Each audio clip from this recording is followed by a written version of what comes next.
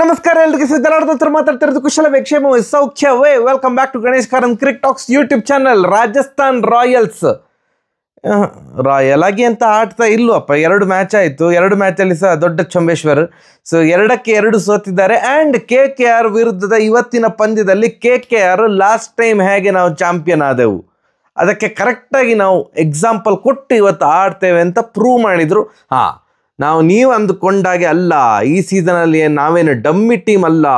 Salt ಅವರು ಇರದಿದ್ದರೆ ಅವರ replacement ಆಗಿ ಬಂದಂತಹ ಪ್ಲೇಯರು ಆಕ್ಷನಲ್ಲಿ ನಾವು ಸಾಲ್ಟ್ ಅವರ ಬದಲು ನಾವು ಡಿಕಾಕ್ ಅವ್ರನ್ನ ಬೈ ಮಾಡಿದ್ದೆವು. ಯಾಕೆ ಡಿಕಾಕನ್ನು ಬೈ ಮಾಡಿರೋದು ಅಂತ ಇದು ಒಂದು ಪ್ರೂವ್ ಮಾಡ್ತೇವೆ ಅಂತ ಪಣ ತೊಟ್ಟು ಆಡಿದಾಗಿತ್ತು. De Kock 97 not out. ಸೊ ಸಾಲ್ಟಿಗೆ ಸರಿ ಸಮಾನ ವ್ಯಕ್ತಿ ಅಂತ ನಾವೀಗ ಒಪ್ಪಿಕೊಳ್ಬೋದು.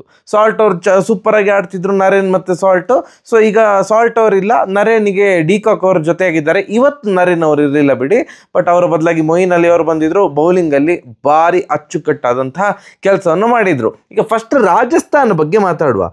ರಾಜಸ್ಥಾನ ಯಾಕೋ ತುಂಬ ಸೀರಿಯಸ್ ಆಗಿ ತಗೊಳ್ತಿದ್ದಾರೆ ಅಂತ ಅನಿಸ್ತದೆ ನಮ್ಮ ಮಾತುಗಳನ್ನು. ನೋಡಿ, ಟ್ರಾವಿಸ್ ಹೆಡ್ ಅವರು ಹೇಳಿದರು, ನಾವು ಫಸ್ಟ್ ಬ್ಯಾಟಿಂಗ್ ಮಾಡಿದರೆ, ಬ್ಯಾಟಿಂಗ್ ಮಾಡುವಂಥ ಅವಕಾಶ ಸಿಕ್ಕಿದರೆ ನಾವು ಮಿನಿಮಮ್ 300 ರನ್ ಹೊಡಿಲಿಕ್ಕೆ ಇಷ್ಟಪಡ್ತೇವೆ ಅಂತ. ಹಾಗೆ ಏನು ಮಾಡಿದರು, ಟಾಸ್ ಗೆದ್ದಂತಹ ಪರಾಗ್ ಅವರು ಹೇಳಿದರು, ಹೌದಾ ಸರಿ ಆಯಿತು ಬ್ಯಾಟಿಂಗ್ ಮಾಡಿ, ಅದು 300 ರನ್ ಹೊಡಿತೀರಾ, ಹೇಗೆ ಹೊಡಿತೀರಿ ನಾವು ನೋಡ್ತೇವೆ ಅಂತ. ಬಟ್ 300 ರನ್ ಹೊಡಿಲಿಕ್ಕೆ ಆಗಲಿಲ್ಲ. 286 ರನ್ ಹೊಡೆದದು ಯಾರು SRH. ಸೊ ಆ ಒಂದು ನೋಡೇ ಬಿಡುವ ಅನ್ನೋ ಚಾಲೆಂಜಲ್ಲಿ ರಾಜಸ್ಥಾನ್ ವಿನ್ ಆಗಿದ್ದರು. ಆ್ಯಂಡ್ ಅದಾದಮೇಲೆ ನಾವೆಲ್ಲ ಹೇಳ್ತಿದ್ದೆವು, ಇದು ಎಂತ ಮಾರ್ರೆ, ನಮಗೆ ಈ ಥರದ ಮ್ಯಾಚ್ ನೋಡ್ಲಿಕ್ಕೆ ಇಷ್ಟ ಆಗೋದಿಲ್ಲ, ಒಂದು ಈವನ್ ಕಾಂಟೆಸ್ಟ್ ಇರಬೇಕು, 200ಕ್ಕಿಂತ ಕಡಿಮೆದು ಸ್ಕೋರಿದು ಮ್ಯಾಚ್ಗಳೇ ನೋಡಲಿಕ್ಕೆ ಚಂದ, ಒಂದು ಈವನ್ ಕಾಂಟೆಸ್ಟ್ ಇರ್ತದೆ. ಇಲ್ಲ ಇದ್ರೆ ಮಡ ಅಂತ ಎಲ್ಲರೂ ಸಹ ಹೊಡಿತಿರ್ತಾರೆ, ಅದೊಂಥರ ಬೌಲರ್ಸೇ ಅಲ್ಲ, ಬೌಲಿಂಗ್ ಮೆಷಿನ್ ಅಂತ ಅನಿಸ್ತದೆ ಅಂತೆಲ್ಲ ನಾವೆಲ್ಲ ಅಭಿಮಾನಿಗಳು ದುಃಖ ತೋಡಿಕೊಂಡದನು. ಮತ್ತು ಇವನು ತುಂಬ ಸೀರಿಯಸ್ ಆಗಿ ತಗೊಂಡ್ರಂತ, ಅಂದರೆ ಓವರ್ ಸೀರಿಯಸ್ ಆಗಿ ತಗೊಂಡ್ರ ಅಂತ. ಇವತ್ತು ನಾವು 200 ಕಮ್ಮಿ ಅಂತ ಹೇಳಿದರೆ ಒಂದು 170, 180, 190 ಆ ಥರದ ಮ್ಯಾಚಲ್ಲಿ ನೋಡ್ಲಿಕ್ಕೆ ಇಷ್ಟ ಅಂತ ಹೇಳಿದ್ದು. ಇವರು ಹೊಡೆದದ್ದು 151 ರನ್ 9 ವಿಕೆಟಿಗೆ. ಸ್ಯಾಮ್ಸನ್ ಅವರು ಜಾಸ್ತಿ ಹೊತ್ತು ಆಡ್ಲಿಕ್ಕಾಗಲಿಲ್ಲ, ಅವರು ಬೋಲ್ಡ್ ಆದರು, ಎಸ್ ಓಕೆ. ಅದಾದಮೇಲೆ ಇವರು ಯಾರು, ಯಶಸ್ವಿ ಜೈಸ್ವಾಲ್ ಮತ್ತು ಅವರ ಈಗೇನ ಸದ್ಯದ ಕ್ಯಾಪ್ಟನ್ ಪರಾಗ್ ಅವರು ಚಂದ ಮಾಡಿ ಆಡ್ತಿದ್ರು. ಪರಾಗ್ ಅವರು 15 ಬಾಲ್ 25 ರನ್ ಹೊಡೆದ್ರು, 3 ಸಿಕ್ಸು, ಒಂದು 1 ಹ್ಯಾಂಡ್ ಸಿಕ್ಸು, ಆ ಥರ ಎಲ್ಲ ಬಂತು, ಚಂದ ಮಾಡಿ ಆಡ್ತಾಯಿದ್ರು. ಯಶಸ್ವಿ ಜೈಸ್ವಾಲ್ ಕೂಡ ಚಂದ ಮಾಡಿ ಆಡ್ತಾಯಿದ್ರು. 67 ತನಕ ಚಂದವಾಗಿ ನಡೀತಾ ಇತ್ತು ಸ್ಕೋರು. 67ಕ್ಕೆ 1 ಇದ್ದದ್ದು. All of a sudden next 15 run ಕಲೆ ಹಾಕುವಲ್ಲಿ 4 ವಿಕೆಟ್ ಡಮಾರ್ ಅಂತ ಬಿತ್ತು. ಆ್ಯಂಡ್ ರಾಜಸ್ಥಾನ್ ಇದು ಫ್ರಾಂಚೈಸಿ ಬಗ್ಗೆ ಲಾಸ್ಟ್ ಇಯರ್ ಸಹ ನಾನು ಇದೇ ಕಂಪ್ಲೇಂಟ್ ಹೇಳ್ತಿದ್ದೆ, ಓವರ್ ಎಕ್ಸ್ಪರಿಮೆಂಟ್ ಮಾಡಬೇಕು ನಾವು, ಸ್ವಲ್ಪ ಎಲ್ಲರಕ್ಕಿಂತ ಸಹ ಡಿಫ್ರೆಂಟ್ ಅಂತ ಒಂದು ಚೂರು ಇರಬೇಕು. ಇಡೀ ಫ್ರಾಂಚೈಸಿ ಅಂದರೆ ಪೂರ್ತಿ ಬ್ಯಾಟಿಂಗ್ ಆರ್ಡ್ರೆ ನಾವು ಆಜ್ ಕುಶ್ ತೂಫಾನಿ ಕರೆಂಗೆ ಅಂತ ಅಂದ್ಕೊಂಡು ಒಟ್ಟು ಸೆನ್ಸ್ಲೆಸ್ ಡಿಸಿಷನಿಗೆ ಬಂದ್ಯಾರ ಅಂತ ಅನ್ನಿಸಿತ್ತು. ಯಾಕಂತಂದರೆ ಹಸರಂಗ ಅವ್ರನ್ನ 2 ಡೌನ್ 3 ಡೌನ್ ಕಳಿಸಿದ್ರು ಮಾರೆ. 2 ವಿಕೆಟ್ ಬಿದ್ಮೇಲೆ 3 ವಿಕೆಟ್ ಬಿದ್ಮೇಲೆ 3 ವಿಕೆಟ್ ಅಂತ ಅಂದ್ಕೊಳ್ತೇನೆ. ಟಕ್ಕಂತ ಹಸರಂಗ ಹೋಗು ಆಡು ಅಂತ. ಯಾಕೆ ನಂಗೆ ಯಾಕೆ ಅಂತ ಅರ್ಥವೇ ಆಗಲಿಲ್ಲ. ಇವತ್ತು ಹಸರಂಗ ಅವ್ರನ್ನ ಹಾಕಿಕೊಂಡಿದ್ರು ಫಾರೂಕಿ ಅವರ ಬದಲಿಗೆ. ಅವರು ಯಾಕೆ ಅಷ್ಟು ಮೇಲೆ ಯಾಕೆ ಕಳಿಸಿದ್ರು ನನಗೆ ಅರ್ಥ ಆಗಲಿಲ್ಲ. ಕೊನೆಗೆ ಹಸರಂಗ ಔಟ್ ಆದರು, ಎಲ್ಲರೂ ಔಟ್ ಆದ್ರು. 5 ವಿಕೆಟ್ ಹೋದ ಕೂಡಲೇ ಇವ್ರಿಗೇನು ಅನಿಸಿತು, ಇಂಪ್ಯಾಕ್ಟ್ ಸಬ್ ತರುವ. ಹೆಟ್ಮೈರ್ ಅವರು ಇನ್ನೂ ಕೂಡ ಆಡಲಿಕ್ಕೆ ಬಾಕಿ ಇತ್ತು. ಹೆಟ್ಮೈರ್ ಅವರ ಮುಂಚೆಯೇ ಆಲ್ರೆಡಿ ಇಂಪ್ಯಾಕ್ಟ್ ಸಬ್ ಬಂದಾಯಿತು. ಸ್ಯಾಮ್ಸನ್ ಅವರು ಆಡಿದ್ರಲ್ಲ. ಸೊ ನಾವೇನು ಅಂದ್ಕೊಳೋದು, ಓಕೆ ಇಂಪ್ಯಾಕ್ಟ್ ಸಬ್ಬಾಗಿ ಬೌಲರನ್ನು ಹಾಕ್ಕೊಳ್ತಾರೆ ಮತ್ತೆ ಅಂತ ಬೌಲಿಂಗ್ ಮಾಡುವಾಗ. ಇಲ್ಲ ಇದು ಬೇಗ 5 ವಿಕೆಟ್ ಹೋಯ್ತಂತ ಇಂಪ್ಯಾಕ್ಟ್ ಸಬ್ ಶುಭಮ್ ದೂಬೆ ಅವ್ರನ್ನ ಕರೆತಂದರು. ಅವರು ಸಹ ಸಿಂಗಲ್ ಡಿಜಿಟ್. ಸೊ ಇವತ್ತು ನಿತೀಶ್ ರಾಣಾ ಅವ್ರದ್ದು ಬೋಲ್ಡ್ ಅಂತೂ ಭಾರಿ ಚಂದ ಮಾಡಿ ಹಾಕಿದ್ರು ಮಾತ್ರ ಬಾಲ್. ಮೊಯಿನ್ ಅಲಿ ಅವರು ಫಸ್ಟ್ ವಿಕೆಟ್ ಬಿದ್ಮೇಲೆ ನೆಕ್ಸ್ಟ್ 4 ವಿಕೆಟ್ ಏನು ಹೇಳಿದ್ನಲ್ಲ, ಆ 4 ವಿಕೆಟ್ ಹೇಗೆ ಅಂತಂದರೆ ಒಂದು ವರುಣ್ ಚಕ್ರವರ್ತಿ, ಒಂದು ಮೊಯಿನ್ ಅಲಿ, ಒಂದು ವರುಣ್ ಚಕ್ರವರ್ತಿ, ಒಂದು ಮೊಯಿನ್ ಅಲಿ, ಆ ಥರ ಡಿಸ್ಟ್ರಿಬ್ಯೂಟ್ ಆಯಿತು. ಶುಭಮ್ ದೂಬೆ ಸಿಂಗಲ್ ಡಿಜಿಟ್, ನಿತೀಶ್ ರಾಣಾ ಅವರು single digit, Hasaranga single digit. ಕೊನೆಗೆ ಶುಭಮ್ ದೂಬೆ ನಂತರ ಬಂದಂಥ ಆಟಗಾರ ಹೆಟ್ಮೈರ್, 6 ವಿಕೆಟ್ ಹೋದ್ಮೇಲೆ ಬಂದಂಥ ಆಟಗಾರ ಹೆಟ್ಮೈರ್. ಅಷ್ಟು ಲೇಟ್ ಯಾಕೆ ಕಳಿಸಿದ್ರು ಅದು ಸಹ ಅರ್ಥ ಆಗಲಿಲ್ಲ ನನಗೆ. ಅವರು ಕೂಡ ಸಿಂಗಲ್ ಡಿಜಿಟ್. ಕೊನೆಗೆ ಧ್ರುವ್ ಜುರೇಲ್ ಅವರು ಒಂದು 30+ ಹೊಡೆದ್ರು, 33 ಹೊಡೆದ್ರು, ಬಟ್ ಆಲ್ಮೋಸ್ಟ್ 100 ಸ್ಟ್ರೈಕ್ ರೇಟಲ್ಲೇ ಇತ್ತು. ಹಾಗೆ ನೋಡ್ಲಿಕ್ಕೆ ಹೋದರೆ ಜೋಫ್ರಾ ಆರ್ಚರ್ ಇನ್ನಿಂಗ್ಸೇ ಚಂದ ಇತ್ತು ಮಾರೆ. 2 ಸಿಕ್ಸು ಸಹ ಬ್ಯೂಟಿಫುಲ್. ಎಸ್ಪೆಷಲಿ ಫಸ್ಟ್ ಬಾಲ್ 6 ಹೊಡೆದ್ರು ಜೋಫ್ರಾ ಆರ್ಚರು. ಸ್ಕ್ವೇರ್ ಕಟ್ 6 ಮಾರ್ರೆ. ಅಂದ್ರೆ 100ಗೆ 100 ಅದು ಟೈಮಿಂಗ್. ಅಂಥದ್ದೇನು ಧಡಾರ್ ಅಂತ ಬೀಸ್ಲಿಲ್ಲ, ಬಟ್ ಟೈಮಿಂಗ್ ಮತ್ತೆ ಅವ್ರದ್ದೊಂದು ರಾ ಪವರ್ ಅಂತ ಒಂದು ಇರ್ತದಲ್ಲ, ಮೇ ಬಿ ಅದರಿಂದ ಅಂತ ಅನಿಸ್ತದೆ. ತುಂಬ ರೇರ್ ಸ್ಕ್ವೇರ್ ಕಟ್ 6 ಹೋಗುದು ನೋಡುದು. ಅಪ್ಪರ್ ಕಟ್ 6 ಎಲ್ಲ ನೋಡಿದ್ದೇವೆ, ಅದೆಲ್ಲ ಹೌದು. ಸ್ಕ್ವೇರ್ ಕಟ್ ಯಾವ್ದಾದ್ರು ಇದಕ್ಕೆ ಒಂದು ಎಕ್ಸಾಂಪಲ್ ಕೊಟ್ಟರೆ ನಂಗೆ ಭಾರಿ ಖುಷಿ ಆಗ್ತದೆ. ಸ್ಕ್ವೇರ್ ಕಟ್ಟಲ್ಲಿ ಯಾರಾದರೂ 6 ಹೊಡೆದದ್ದು ನಂಗೆ ಇತ್ತೀಚೆಗೆ ಗೊತ್ತಿಲ್ಲ ಮಾರೆ. ಭಾರಿ ಚಂದದ ಶಾಟ್. ಬಟ್ ಜೋಫ್ರಾ ಆರ್ಚರ್ ಅವರೇ, ಖುಷಿ ಆಯಿತು ನಿಮ್ದು 2 6 ನೋಡಿ ಸಹ ಖುಷಿ ಆಯಿತು. ಬಟ್ ಯುವರ್ ಪ್ರೈಮರಿ ಜಾಬ್ ಅಂತ ಒಂದಿರ್ತದಲ್ಲ, ದಟ್ ಈಸ್ ಯುವರ್ ಬೌಲಿಂಗ್. ಅದೇ ನೀವು ಚಂದ ಮಾಡ್ತಾ ಇಲ್ಲಲ್ಲ. ಎನಿವೇಸ್ 151 ರನ್ ನೋಡಿದ್ರು.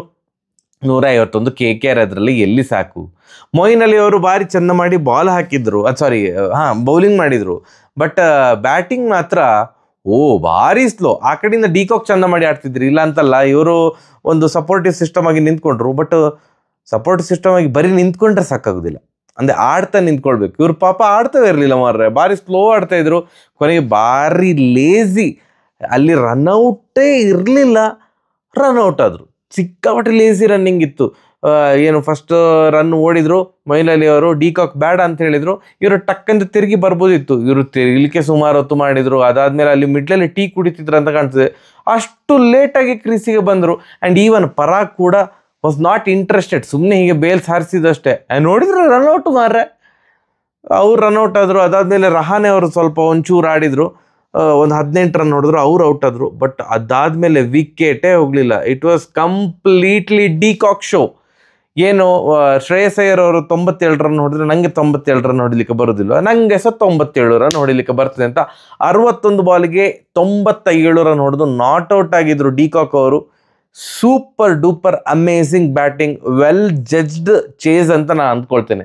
ತುಂಬ ಜಡ್ಜ್ ಮಾಡಿದ್ದಾರೆ. ಓಕೆ, ನಮ್ಗೆ ಈ ಥರ ಬೇಕು, ಹೀಗೆ ನಮ್ಮ ಚೇಸಿಂಗನ್ನು ತಗೊಂಡು ಹೋಗುವಂತ ನಿರ್ಧರಿಸಿಕೊಂಡು ಹೋದ್ರು ಅಂತ ಕಾಣ್ತದೆ. ಯಾಕಂದರೆ KKR RCB ಅಗೇನ್ಸ್ಟ್ ಸೋತಾಗ ಹೇಗೆ ಆಗಿತ್ತು ಅಂತಂದರೆ, ಫಸ್ಟ್ 10 ಓವರಲ್ಲಿ ಭಾರಿ ರನ್ ಹರಿದು ಬಂದಿತ್ತು.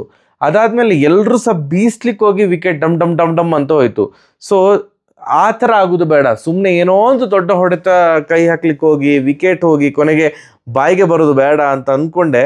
ಸ್ವಲ್ಪ ಅಂದರೆ ಆ ರಿಸ್ಕನ್ನು ಲಾಸ್ಟ್ ಮೂಮೆಂಟಿಗೆ ತೊಗೊಂಡ್ರು ಹೊರತು ಸ್ಟಾರ್ಟಿಂಗಲ್ಲೇ ಸುಮ್ಮನೆ ರಿಸ್ಕ್ ತಗೊಳ್ಳಿಲ್ಲ.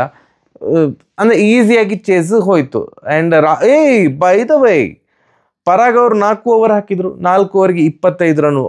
ಒಳ್ಳೆ ಬೌಲಿಂಗು, ಕಂಟ್ರೋಲ್ಡ್ ಬೌಲಿಂಗು, ಭಾರಿ ಚಂದ. ಅಂದರೆ ಆ ಟೈಮಲ್ಲಿ ನಾ ಹೇಳಿದ್ನಲ್ಲ, ಇವರು ರಿಸ್ಕ್ ಕೂಡ ತಗೊಳ್ತಾ ಇರಲಿಲ್ಲ. KKR ನಿಧಾನಕ್ಕೆ ಆಡ್ತಾ ಇದ್ರು. ಹಾಗೆ ನೋಡ್ಲಿಕ್ಕೆ ಹೋದರೆ ಅವರ ಮೇಯ್ನ್ ಸ್ಪಿನ್ನರ್ ಹಸರಂಗ ಗಿರ ಹಸರಂಗ ನೋ ಏನು ಲೈನ್ ಹೇಳಂತ ಅಷ್ಟಕ್ಕಷ್ಟೇ ಇತ್ತು. ಅವರು ಚೆನ್ನಾಗಿ ಹೊಡಿಸ್ಕೊಂಡ್ರು. ಜೋಫ್ರಾ ಆರ್ಚರ್ ಬಿಡಿ, ಅವರು ರನ್ ಮೆಷಿನ್.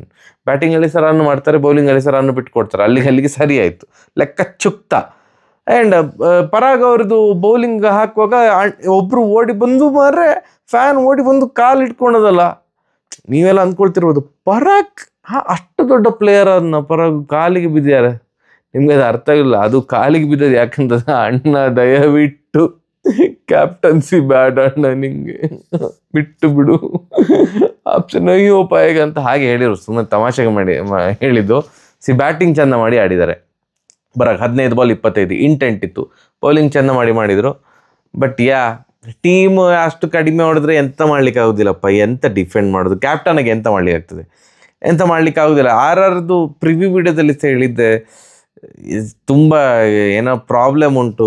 ಬಟ್ಲರ್ ಅವ್ರನ್ನ ರಿಟೈನ್ ಮಾಡಲಿಲ್ಲ, ಮೇಯ್ನ್ ಸ್ಪಿನ್ನರ್ ಚಹಲ್ ಮತ್ತು ಅಶ್ವಿನ್ ಕಾಂಬಿನೇಷನ್ ಇಲ್ಲ, ಬೋಲ್ಟ್ ಇಲ್ಲ. ಸೊ ಬೋಲ್ಟ್ ಇಲ್ಲದ ಮೇಲೆ ನಟ್ ಬೋಲ್ಟೆಲ್ಲ ಬಿಚ್ಚಿ ಹೋಯ್ತಲ್ಲ ತಂಡದ್ದು, ಸಾಧ್ಯ ಇಲ್ಲ. ಸ್ಯಾಮ್ಸನ್ ಮತ್ತು ಜೈಸ್ವಾಲ್ ದೊಡ್ಡ ಇನ್ನಿಂಗ್ಸ್ ಆಡಿದರೆ ಮಾತ್ರ ವಿನ್ ಆಗ್ತದೆ RR, ಅಂದರೆ ಪ್ಲೇ ಆಫಿಗೆ ಹೋಗ್ತದೆ. ಇಲ್ಲಿದ್ರೆ ಕಷ್ಟ ಉಂಟು. ನಿಮ್ಗೇನು ಅನಿಸಿತು ಮ್ಯಾಚ್ ಬಗ್ಗೆ ಅಂತ ಕಮೆಂಟ್ ಸೆಕ್ಷನ್ ತಿಳಿಸಿ. ಸರಿಯಾಗದು ಬರುವ. ನಮಸ್ಕಾರ.